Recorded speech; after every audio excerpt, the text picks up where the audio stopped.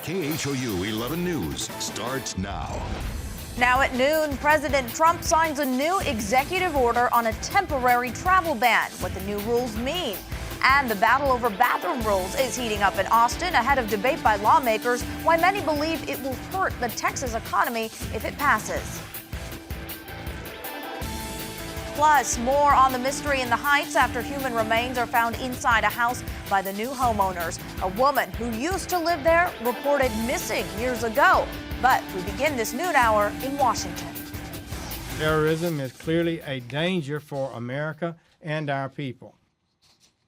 That is U.S. Attorney General Jeff Sessions talking about the revised travel ban President Trump signed today. It will take effect March 16th, and it will last for 120 days. Now it applies to citizens from 6 Muslim-majority countries, but the president removed Iraq from that list.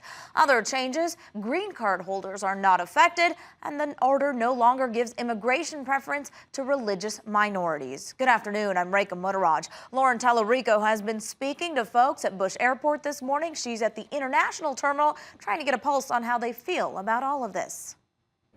Rekha, you'll remember when this first order came down back in January, it caused chaos at airports across the country, including here at this Terminal E at Bush.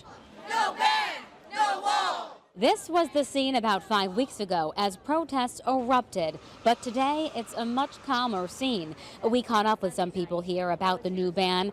First, here's Sandra Gonzalez, who supports what the president is trying to do. I like that he is concerned.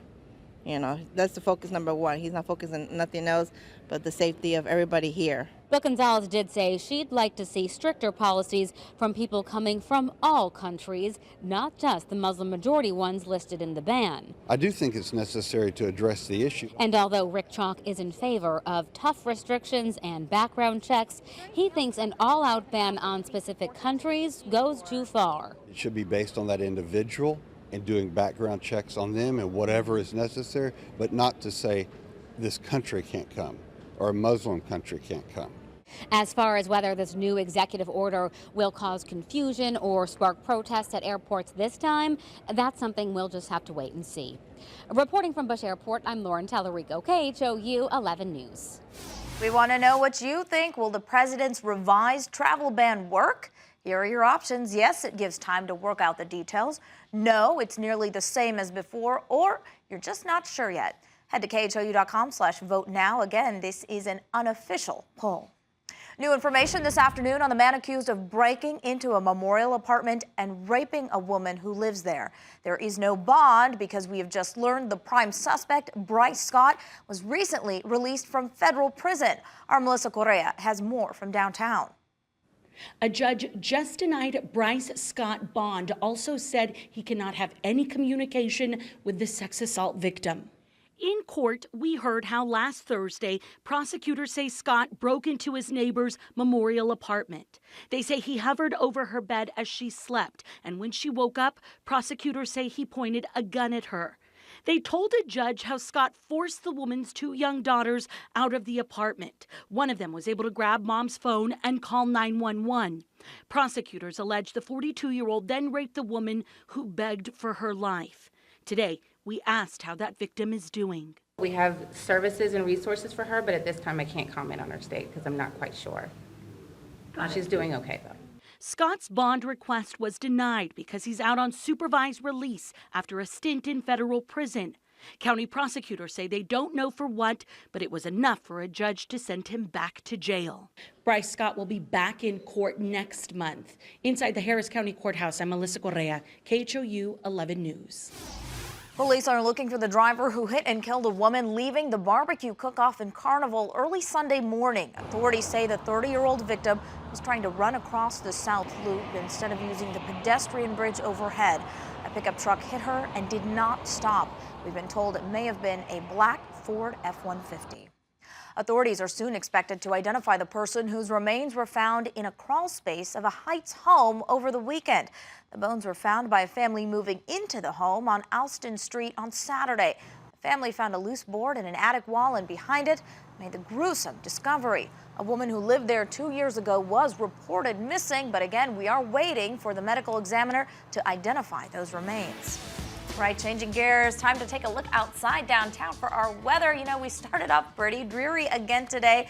Speaking of rain, NOAA just released the first images from its newest satellite that maps lightning, and those images were over Houston, right, Blake? Yeah, believe it or not, these are the first images coming in from NOAA. And all these little dots that you see lighting up, that is lightning from Valentine's Day back just a few weeks ago. And you can see here's Galveston Bay right there, and you see all the lightning flashes. This is unbelievable technology. In fact, it's the first lightning detector in geostationary orbit on the planet, and the first images are coming in right here over Houston, Texas. So we are certainly lucky. Taking a look here, we're tracking some lightning this afternoon as well.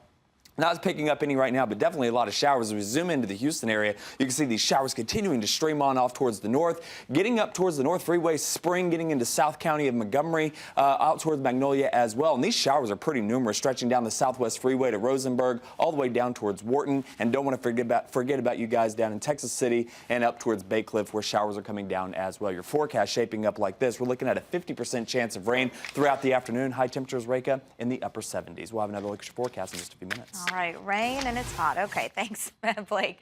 Happening right now, Texas Lieutenant Governor Dan Patrick is trying to clear up what he calls misinformation ahead of tomorrow's debate on the bathroom bill in Austin. If Senate Bill 6 passes, you would be required to use bathrooms that match the sex on your birth certificate. Now, dozens of companies and organizations have signed a letter opposing this bill, saying it would hurt the state's economy and it's unfair to transgenders and other groups. About an hour ago, Patrick and the Lieutenant Governor of North Carolina had a news conference in Austin. That state already has the rule in place and says there has been no financial impact there. Unfortunately, it's not an issue about the transgender community. It's not an issue about the LGBT community.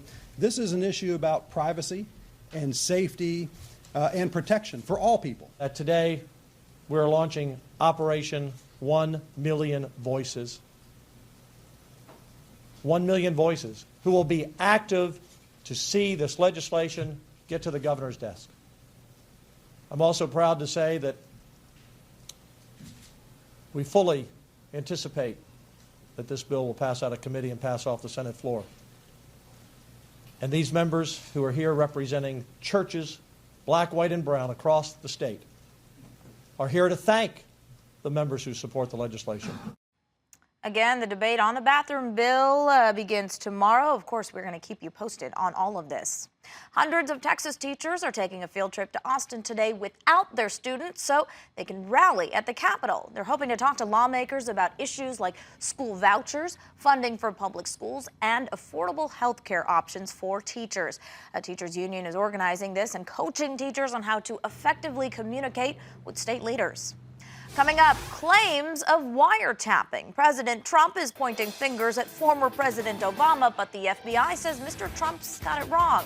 Plus, you wouldn't think they need it. They're with youth on their side, but Botox is big with millennials. We're going to explain why.